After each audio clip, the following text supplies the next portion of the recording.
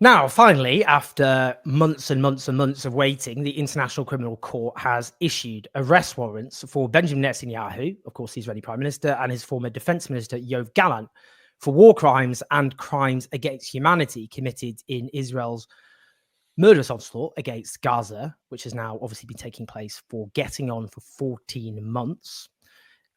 With apocalyptic conditions for the people of Gaza. That's separate, of course, to South Africa's case of genocide against Israel, which is at the International Court of Justice, which is the UN's highest court and the highest court on earth. Now, we've got a lot to talk about. This is my first video I've done about it, so I've been absent during a very crucial moment. But we're going to more than make up with it for it because we've got the incredible Dr. Alonso Gurmendi, who for me is always a go-to expert on this and so much more. LSE Fellow in Human Rights Department or Sociology, brilliant. Just go to the always Twitter feed. Just the line. What's going on? What's the correct position? Always correct. Hey, how you doing? Hey, Owen, how are you? Thanks for having me again. This is my third time, actually. I know. But every time people just want more. People just baying for more. And in fact, the first time I did speak to you was when about the case on video that was at the International Court of Justice back in January now. When provisional orders. No, that was when South Africa's case was presented. It was before the provisional orders. So this is a big moment. We've been waiting for this for ages. And I know because we talk about this and there's always is it going to be today? Is it going to be today? And finally, because it was back in May that the chief prosecutor issued requests for arrest warrants, Karim Khan, and then it's taken many months. And that was a much bigger gap than between the request for arrest warrants against Vladimir Putin and one of his ministers and the issuing of arrest warrants. So, I mean, let's just get your broad brush. What is the significance of this? How big a moment is this?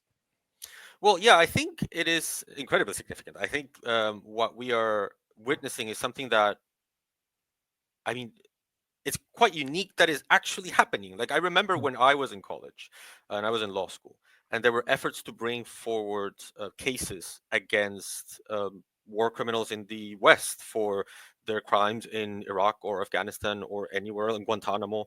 They were always squashed behind the scenes.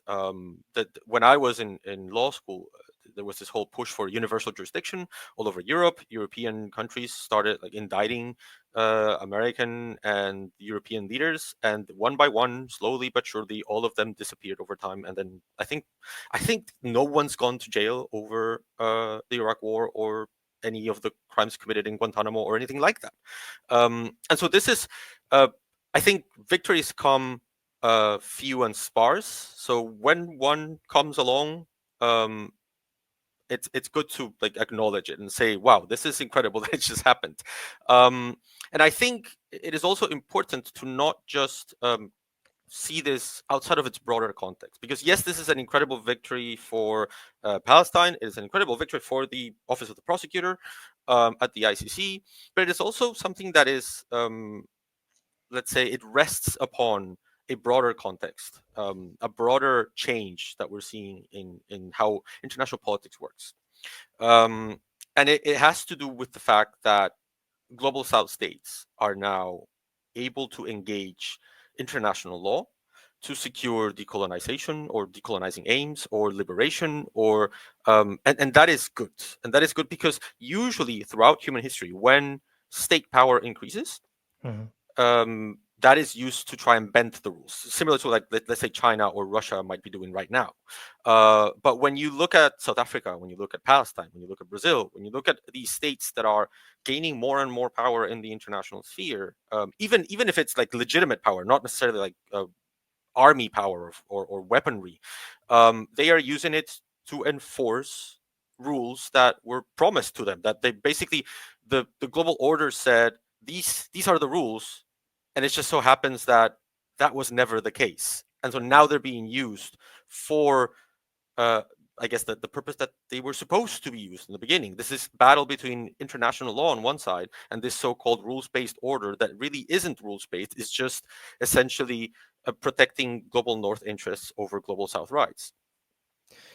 This is one of obviously what you're talking about there, one of the big things I want to talk to you about.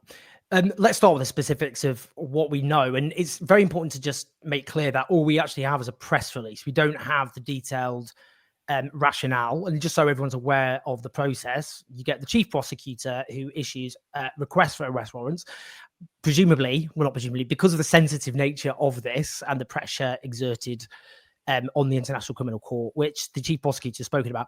It was also put to an independent panel of expert lawyers who also released a document at the time back in May, setting out their reasons for accepting the overwhelming legal case, as Karen Khan put it, for the request for arrest warrants. And then you got 3 pre-trial judges, one of whom not that long ago actually stood down for reasons of ill health officially, but nonetheless it's 3 pre-trial judges. So it goes through these different processes.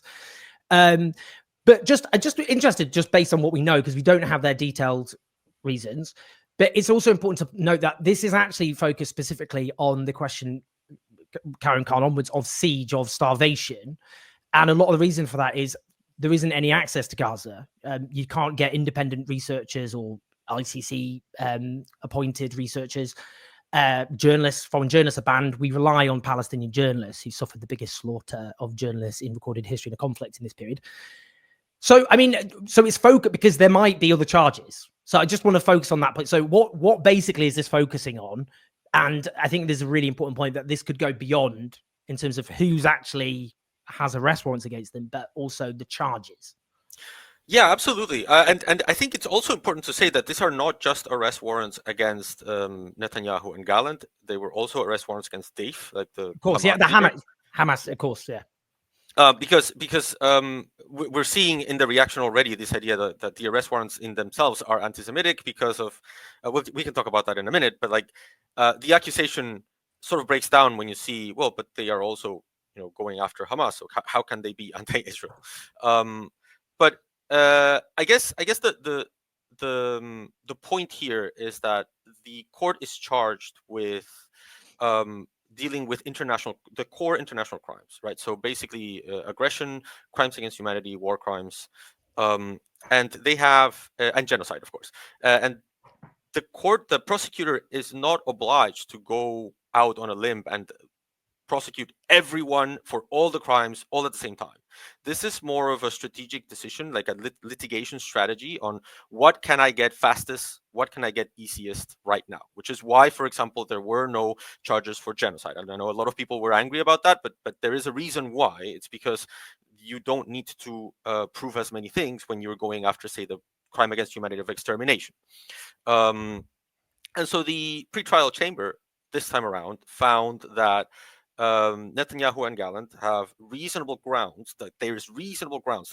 That's the legal standard. It's not that they are guilty of. It's not beyond a reasonable doubt. It's not on the balance of probabilities. It's one of the more basic standards. There's reasonable grounds to believe that they were engaged in the war crime of starvation as a method of war, and the crimes against humanity of persecution, murder, and I'm forgetting one right now.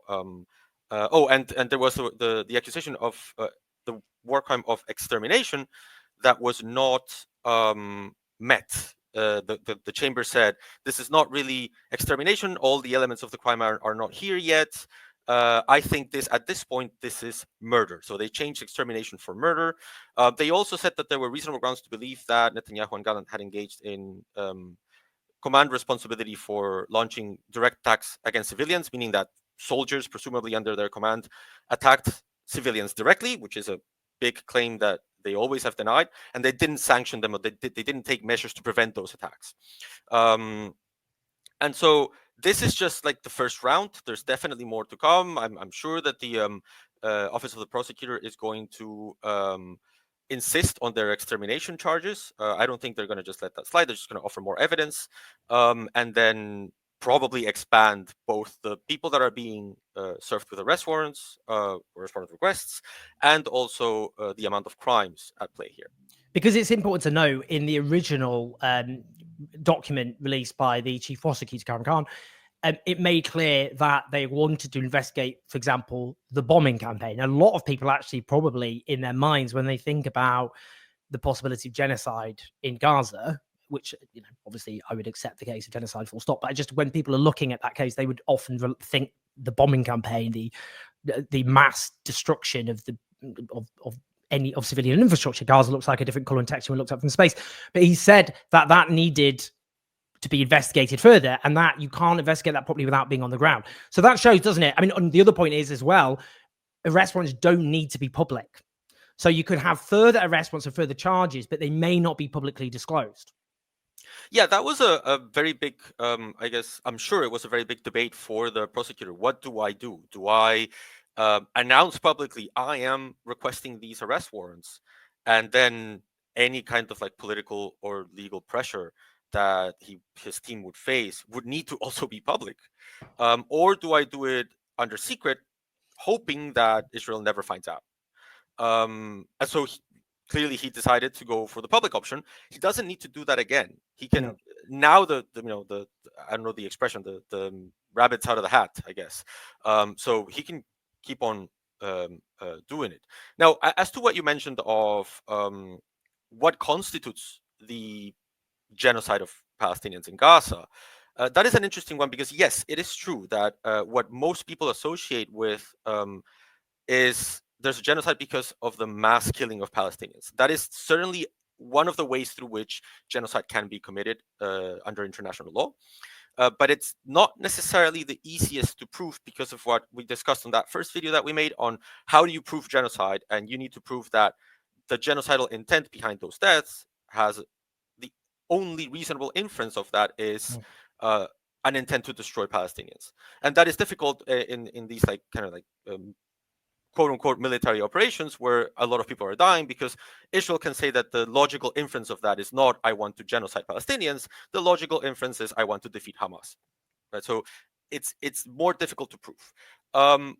Where it becomes I don't know if easier, but different, is when the actus reus of genocide that you're trying to prove is the subjecting of the people to conditions of life that are calculated to bring about their destruction as a group. And that is something that, as of the starvation campaign and the whole siege of northern Gaza, before that, the siege of Rafah, and the huge amounts of like problems in getting humanitarian aid into Gaza, that's what's been getting into the minds of experts more, as in, yeah, I acknowledge that it might have been difficult for the court to prove genocide through the mass killing of Palestinians with 2,000-pound bombs.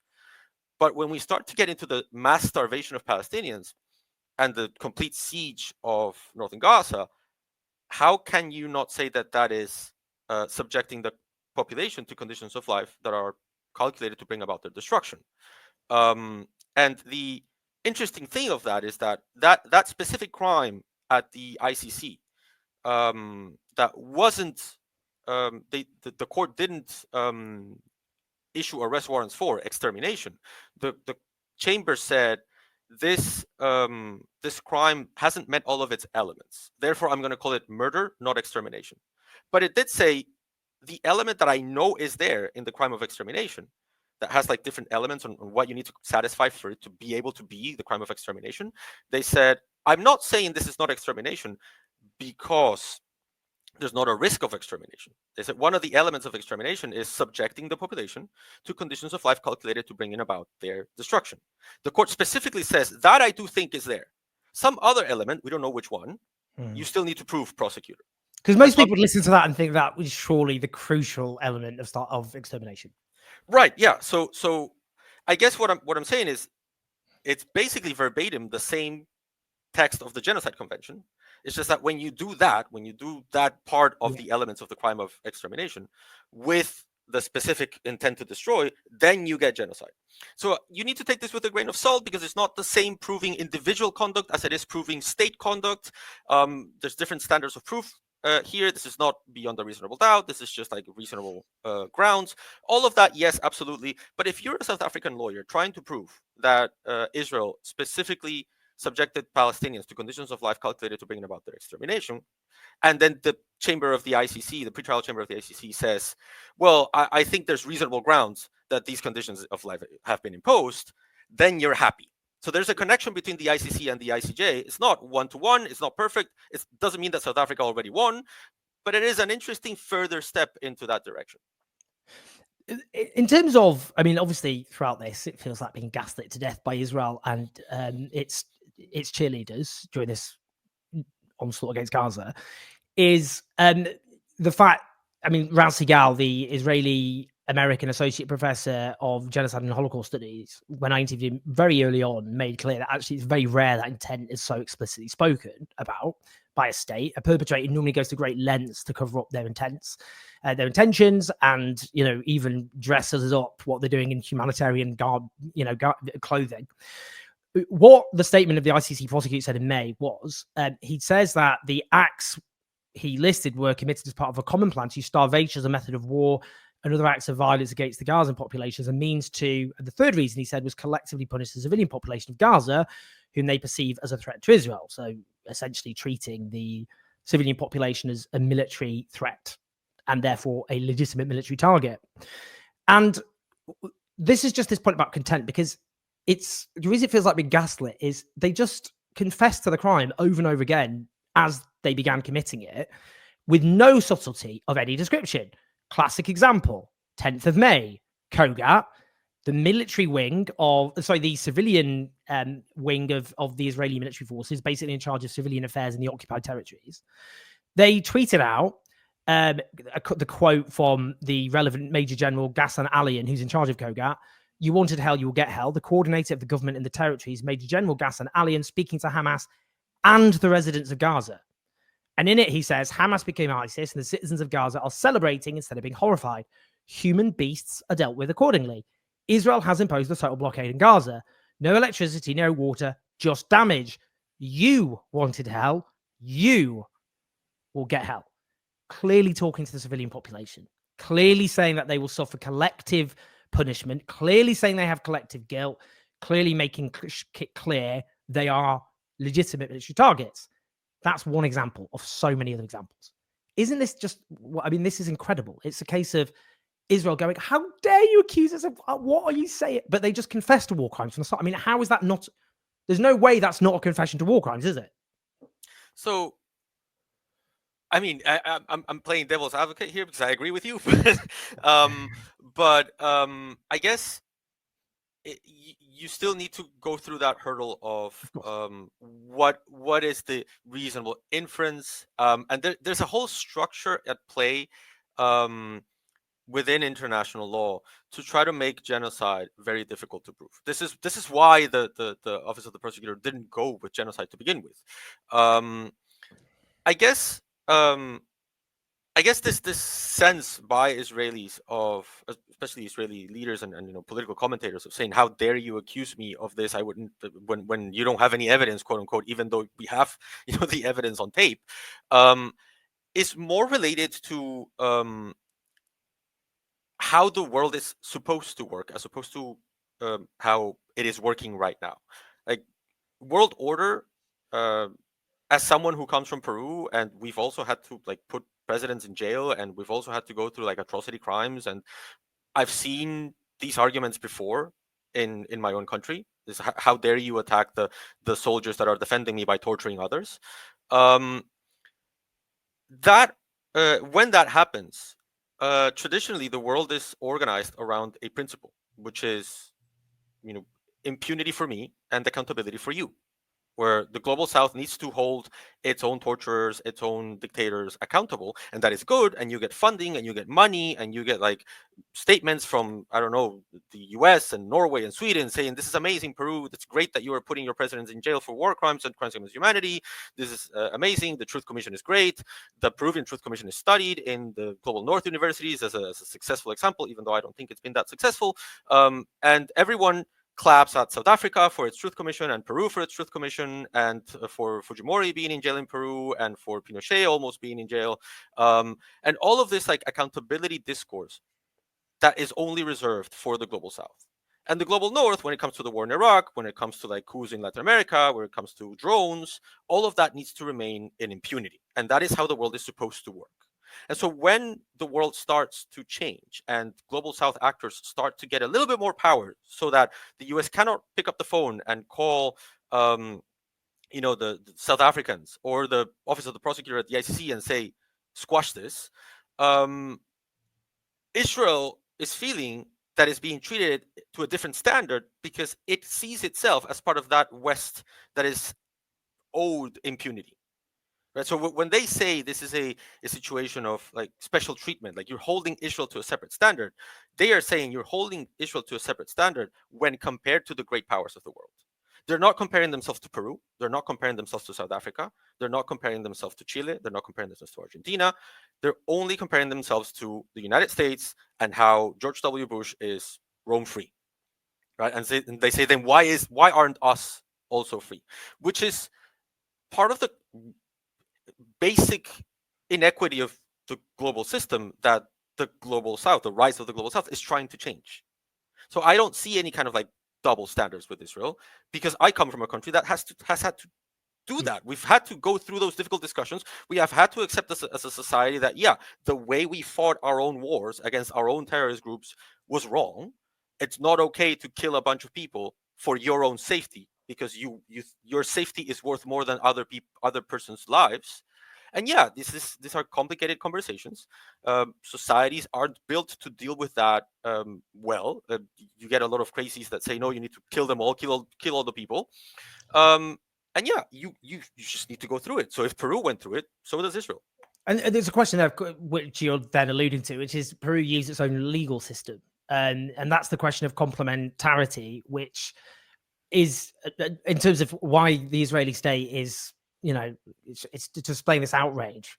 But the reason the International Criminal Court intervenes is because there is no confidence in Israel's judicial system to hold to account any of its politicians or indeed soldiers, because there is no history of the Israeli state holding any of its politicians or indeed soldiers properly legally to account for the war crimes they committed. And I think that's why it's interesting. For example, torture so far hasn't been included, even though there's overwhelming evidence of systematic torture against Palestinian detainees, including rape, gang rape. And there was one example when the Israeli state tried to arrest some soldiers for gang raping a Palestinian detainee, and there were riots on the streets of Tel Aviv, including Israeli ministers, against that, and then the soldiers were released. But the point there, wasn't it, was complementarity. It's the question that Israel going, we can deal with that ourselves, therefore you don't have to intervene. But that's why the ICC is intervening. It's because it doesn't. It's a case of we only intervene if there's no question of any faith in the judicial system of the state in question doing it themselves. Yeah, there's one thing that comes before that, which I've seen a lot in the reaction to the arrest warrants, as saying, "Oh, Assad got no arrest warrants," or like Xi Jinping got no arrest warrants, or like different a growing list of like authoritarians and war criminals, and so why weren't they? Yeah, and so I think it is important to clarify. The ICC simply doesn't have jurisdiction over them, and then the logical response is, "Oh, but Israel isn't a member of the ICC." Yes, but the rule is not that you need to be a member to be under the jurisdiction of the ICC. The rule is that you do not commit war crimes and crimes against humanity and genocide in territories that are subject to the ICC jurisdiction. Like Russia and Ukraine. Russia, not a signatory. Ukraine, signatory. Right, and like I would say like Palestine. But this is part of this effort that I was saying in the beginning of states choosing to use the law as a means for liberation. So all of these actors and commentators that complain about Hamas as why are they receiving legitimacy in the world while staying silent about the Palestinian Authority and the state of Palestine, using the mechanisms that they're supposed to use. This is what supposedly they want to happen. Like if you believe that Palestinians have a right to self-determination, and you believe that armed struggle should not at all be used ever, then you should be happy that they are going to the ICC. They are not happy for other reasons, for reasons of discrimination, for reasons of prejudice, of Orientalism, but this is what should happen. What we supposedly in this rules-based order expect states to do: use the rules.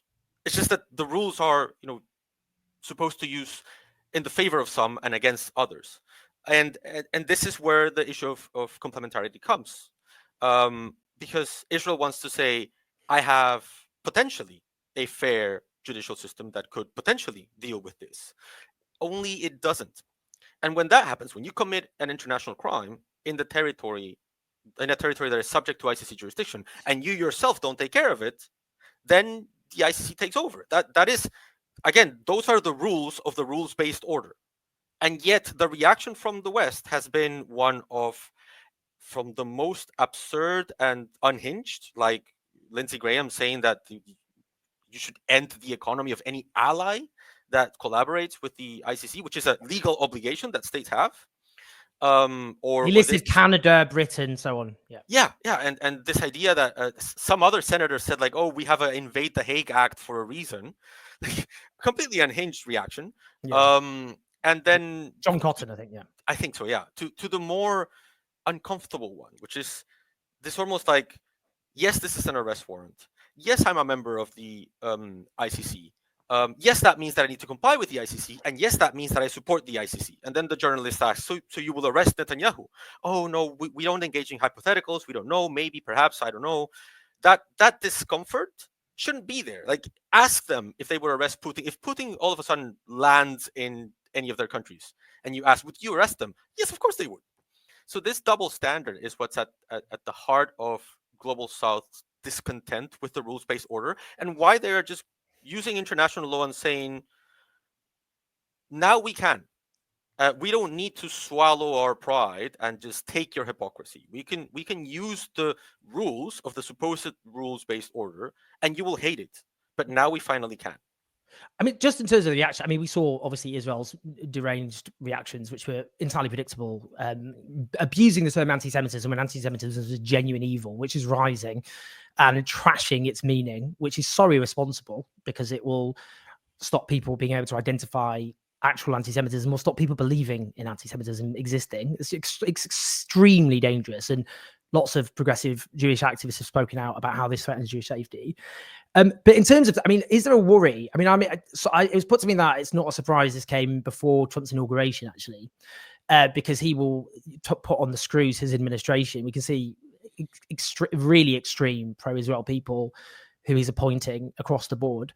I mean, what do you, I mean, you know, is there a threat here that, you know, under Trump there'll be a just vengeance to try and reassert, because this is seen. I mean, Lindsey Graham, we mentioned, the Republican politician who called for these measures, and he said, actually, you know, he has a point in a way here, in that he says the danger is if we allow this, then they'll come for us next, and that's the fear he's alluding to that you're talking about, which is the global South asserting itself and asserting that the legal framework is actually should be taken literally and not a pick and choose menu for the West, depending on what suits its needs and interests at this given point in time. But that, I mean, that the Trump administration sees this, and that's why they see this as a threat, because they know this is a kind of the first time there's been an attempt to go after a Western state, basically, in this way.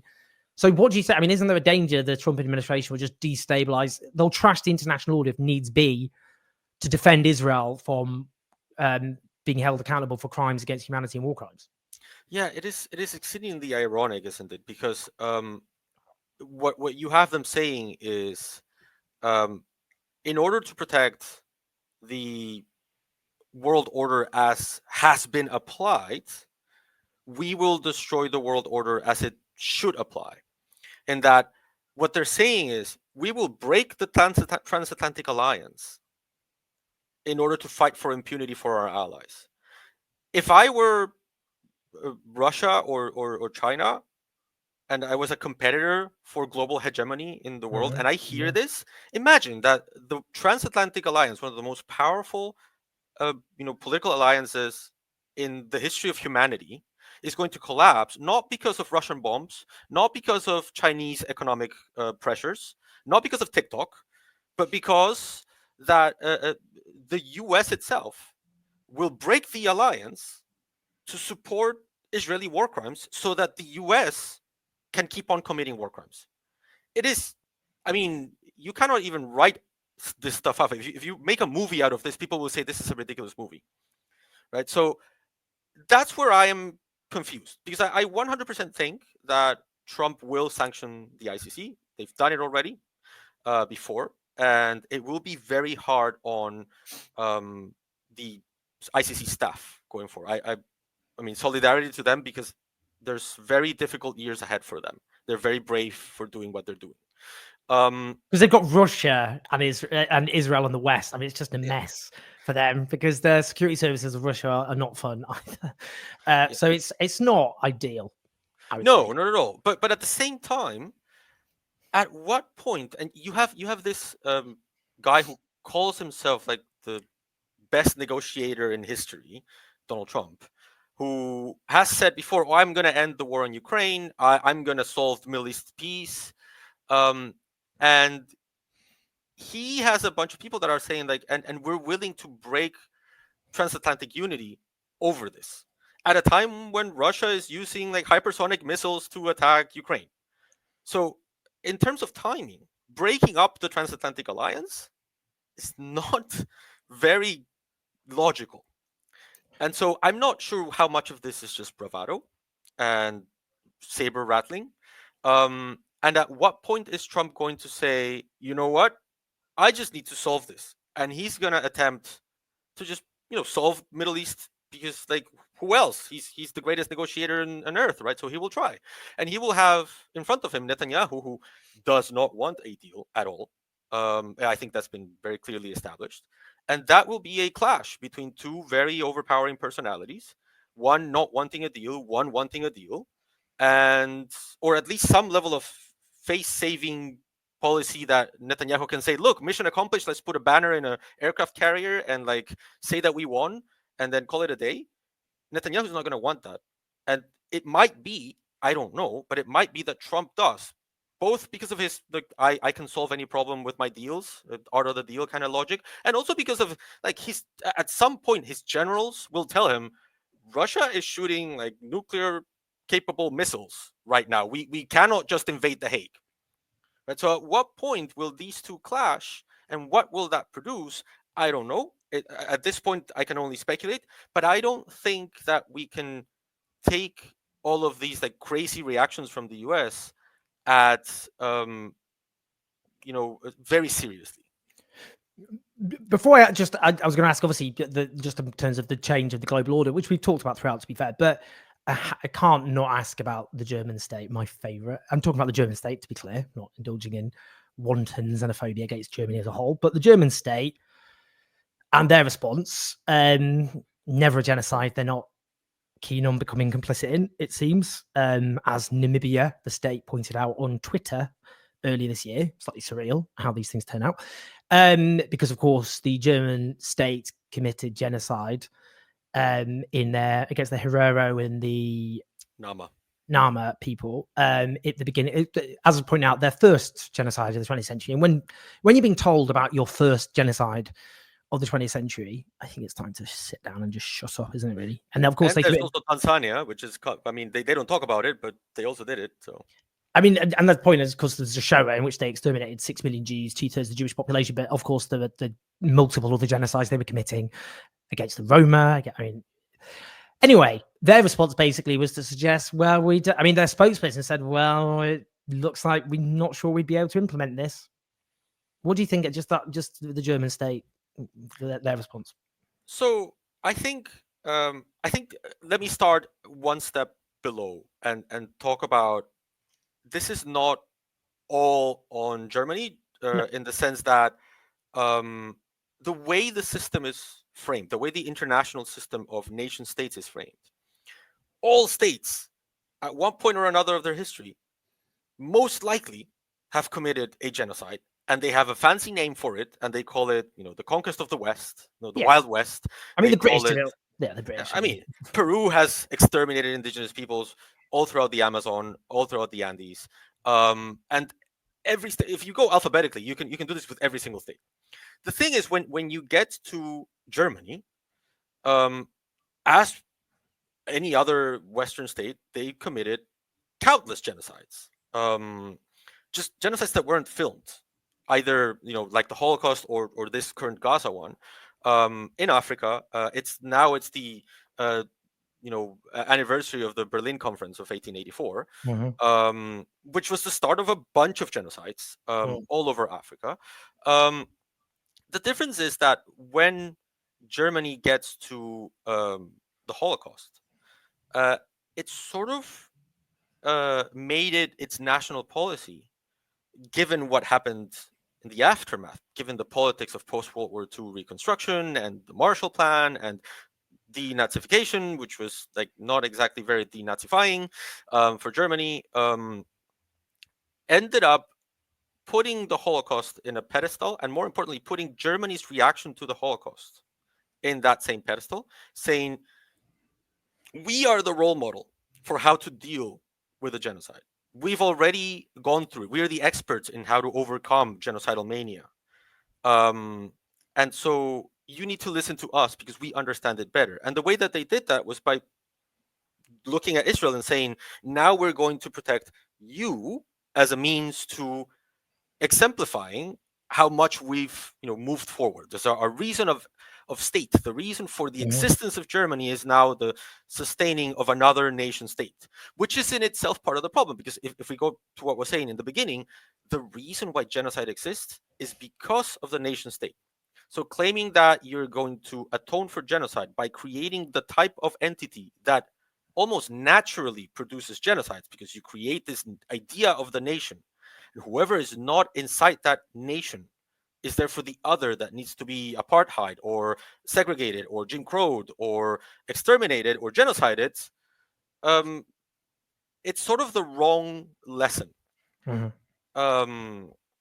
I think there's a little bit of hubris, and we're the experts in atrocity managing in Germany, where I think maybe that is true in terms of like another Western state that has had to deal with its own genocidal mania in one specific instance, but it's not a Western state that has atoned for its entire genocidal mania. To the point, like you said, like genocide of the Herero and the Nama, Germany doesn't recognize it as a genocide per se. They recognize it only as a moral genocide, because they say, oh, genocide didn't exist. The Genocide Convention didn't exist in 1904, and so therefore it's not technically genocide, but we will treat it as if it were a genocide because of moral reasons.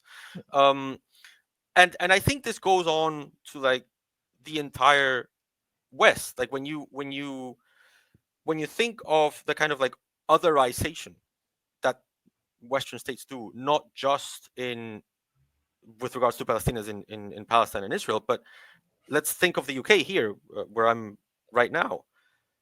The same principle that leads people to be okay with Middle Eastern, North African asylum seekers drowning and dying en masse by the hundreds in the English Channel is the same kind of reasoning that is enabling Germany to say, no, we need to support Israel because of our genocidal past.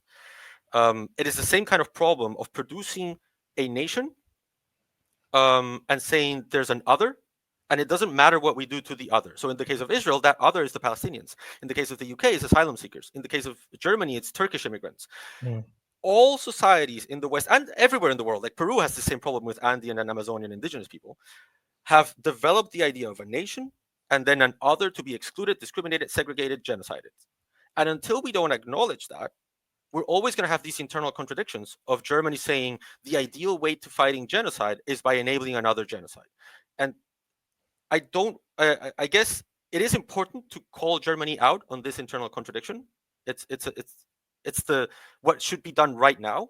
But at the end of the day, the internal contradiction exists in every single nation state, because that's what nation states do. Nation states exclude, genocide, segregate, Jim Crow, apartheid. That's what they do. That's what they were meant to do. They're meant to England is meant to protect the English, and whoever doesn't look English needs to be othered, excluded, and you can drown in the middle of the English Channel, and we don't care. So that's the root cause. So I agree 100% that we need to call out Germany, but not forgetting, where does this come from? What's the root cause? And the root cause is a problem with the way we've organized the world and the way we understand our societies themselves. I mean, well, I was going to ask you a question, which before the final part, but actually, I think this just segues into what I was finally going to just talk to you about, which has been the theme throughout. Because some would look at these arrest warrants and go, waste of time. They're never going to get arrested. They're never going to go on trial. It's just not going to happen.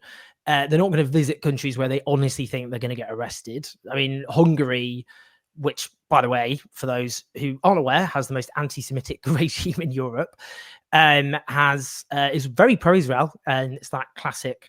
There is no correlation, as history tells us. Lots of anti-Semites for Israel, and sorry, no correlation between, you support Israel, therefore you oppose anti-Semitism. Doesn't work like that. Richard Nixon was a really famous example of an anti-Semite who's pro-Israel, but there's so many examples. Balfour, very good example. Yeah, Trump. I mean, Elon Musk constantly doing anti-Semitic and boosting anti-Semites and neo-Nazis, but again, flying the flag for Israel. But anyway, so Hungary's invited Netanyahu on a visit to, and they're a signatory to the ICC. So it's like, we will show the ICC is a waste of time. But people look at that and think this is a waste of time because of that, because they'll be arrested. So I'm just interested in terms of what this means in terms of Israel's impunity, and linked to that, I suppose, the global order in which we live, which, as you talk about, it has rules which are written down, but those rules are clearly not applied in any consistent fashion at all. So what does, when people go, waste of time, never going to get arrested, what do you say? What's the real significance here? Well, if they were useless and powerless, they wouldn't bother with them. This is something like I study, post-colonial approaches to international relations. I critical race theory. I study I'm human rights, gender. All of these ideas have been in the discourse for decades. Like, we have not just invented DEI. We have not just invented critical race theory. These are ideas that come from the 60s and 70s. This is the result of the civil rights movement, right? Mm-hmm. But during the 60s, during the 70s, during the 80s, during the 90s, during the early 2000s, they existed in books. They existed among people that talked about them over coffee. And if anything happened in the world that moved us slightly in that direction, the hegemonic powers went like, who cares? They don't have any real power. When meltdowns happen, it's because those ideas are all of a sudden gaining power. There's a meltdown over critical race theory because it's gaining power. There's a meltdown over trans rights because they're gaining power. There's a meltdown over DEI because it's gaining power. And there's a meltdown over Palestinian statehood and Palestinian self-determination because it is gaining power. And so, no, I cannot promise you that everything's going to change. And tomorrow, when Netanyahu is on his way to Hungary and he's flying over, I don't know, Greece is going to deploy an F-35 and force his, plane to land in Greece so that he can be arrested and sent to The Hague. Probably not. Even if he has like an emergency landing in Greece, maybe they won't be arrested.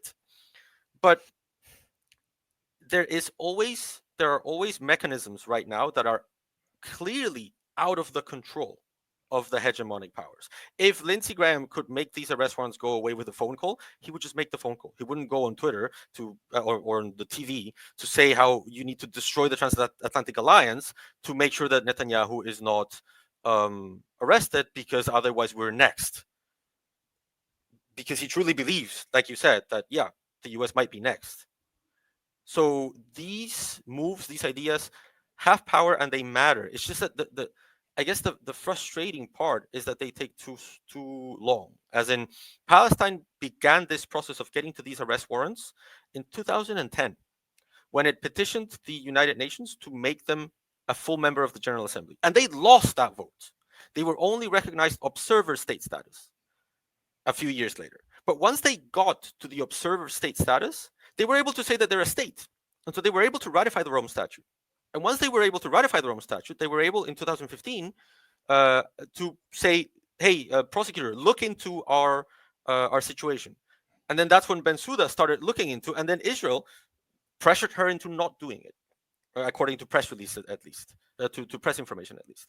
So all of these things move the needle of world justice in a specific direction. I know this sounds cliche, like the long arc of history, but it bends to justice. But it is true. It's just that international law is something that has been around for centuries.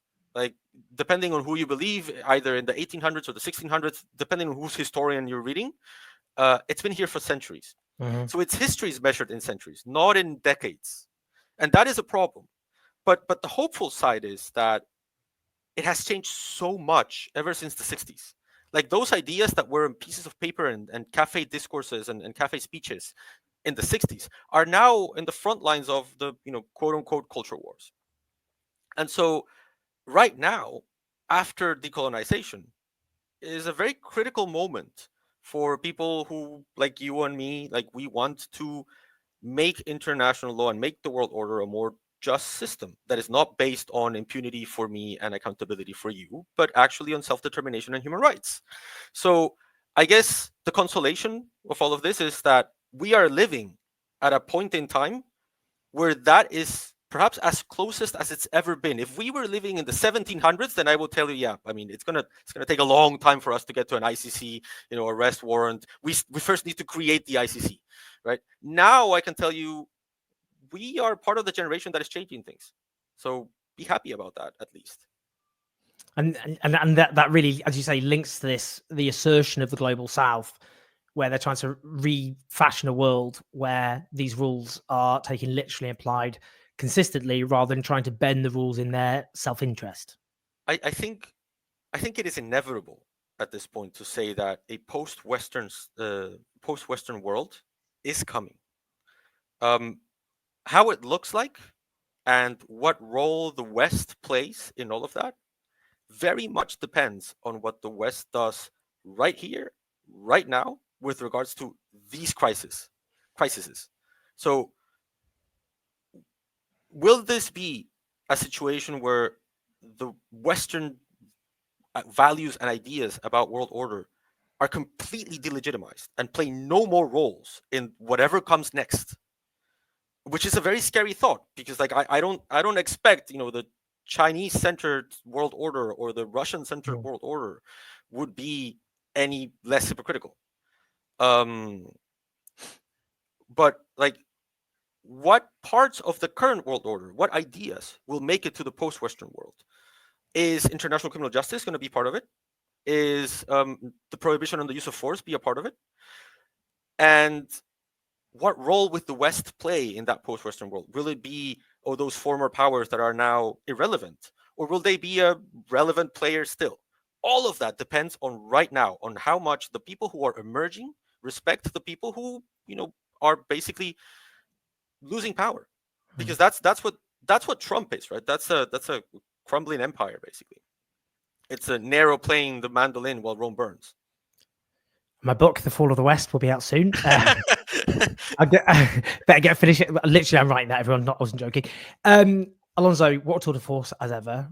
We covered so much ground there, both in terms of the specifics of what this means, but also the larger global implications. So everyone, do share this video, press like and subscribe, leave comments, because then that's good for the algorithm. More people listen, engage, share it, get it all out. But Alonso, honestly, it's been a real honor. Thank you so much.